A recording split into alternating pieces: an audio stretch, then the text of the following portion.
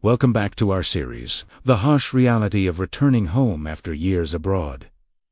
In our last episode, we talked about the emotional roller coaster of that initial return. Today, we're diving deeper into two of the biggest hurdles many returnees face: the complicated relationship with money and the quiet battle for identity. So, you've finally made it home. You've worked hard, you've saved up, and you're carrying not just suitcases, but dreams. Dreams of building a house, starting a business, or simply providing a better life for your loved ones. You land with a sense of accomplishment, ready to turn those dreams into reality. But then, reality hits back, and it hits hard. That nest egg you so carefully built. You quickly realize it doesn't stretch as far as you thought. The cost of living might be different, but the demands on your wallet seem to multiply overnight. Suddenly, you're not just supporting yourself, you're seen as the family's financial safety net. Let's talk about something many of you have messaged me about. Something that's incredibly painful: the shift in conversation. Before you returned, the calls were filled with, "We miss you so much," and "When are you coming home?" But now that you're here, those heartfelt phrases are often replaced with, "We need," double quotes. It starts small: a request for help with bills, school fees, a medical emergency. You want to help. Of course, that's one of the reasons you came back. But sometimes, it goes beyond that. The requests become demands, and the gratitude fades. You start to feel less like a cherished family member and more like a walking ATM.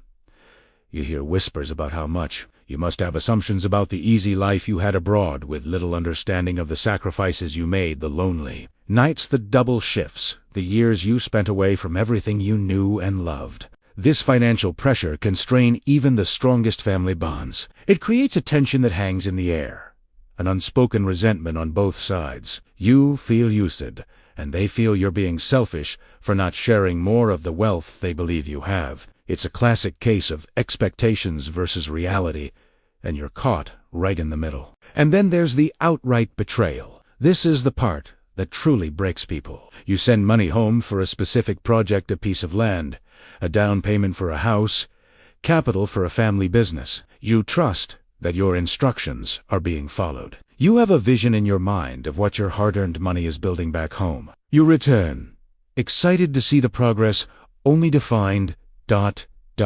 nothing. The house project never broke ground. The business partner, who might have been a close relative, is nowhere to be found, and so is the money. Or worse, the family land you were meant to inherit was sold off years ago without your knowledge or consent.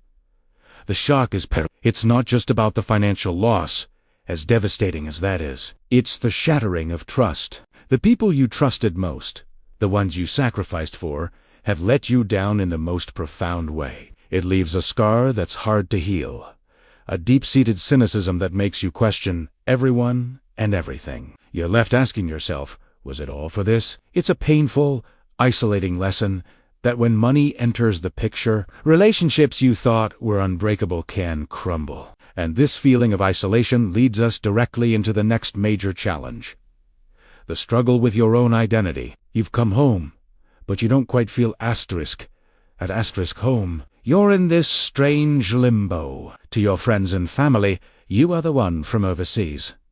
It's a label that sticks to you, separating you from the very community you longed to rejoin. You might notice it in small ways at first. Your accent has a slight twang they like to point out. Your fashion sense is different. The way you organize your day, your punctuality, your directness and conversational. These little things you picked up abroad now make you stand out. You make a cultural reference they don't get, or they share an inside joke that goes over your head. You're physically present, but you feel like you're a step behind, constantly trying to catch up on years of shared local experiences you missed.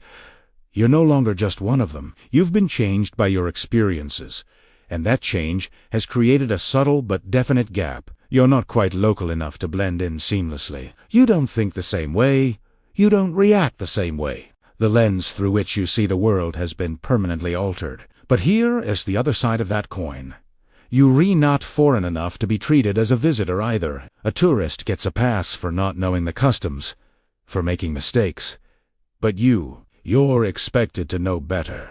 You're supposed to be one of them, so your foreign habits aren't seen as quaint or interesting. They can be seen as arrogant or as you, thinking you're better than them now. This puts you in a lonely middle ground. You don't fully belong here anymore, but you don't belong over there either. When you were abroad, home was this perfect, idealized place you yearned for. Now that you're in it, you feel like an outsider looking in. It's a quiet, internal battle that so many in the diaspora face. You're navigating a space where you feel like a permanent guest in your own homeland. You're searching for a sense of belonging that seems just out of reach. This dual struggle, the financial pressures and betrayals, combined with this crisis of identity, can be incredibly draining. It can make you question your decision to return. But please know, if you are feeling this way, you are not alone. This is a shared experience for so many of us who have walked this path. In our next episode, we'll talk about navigating career challenges and the reverse culture shock that affects our daily lives.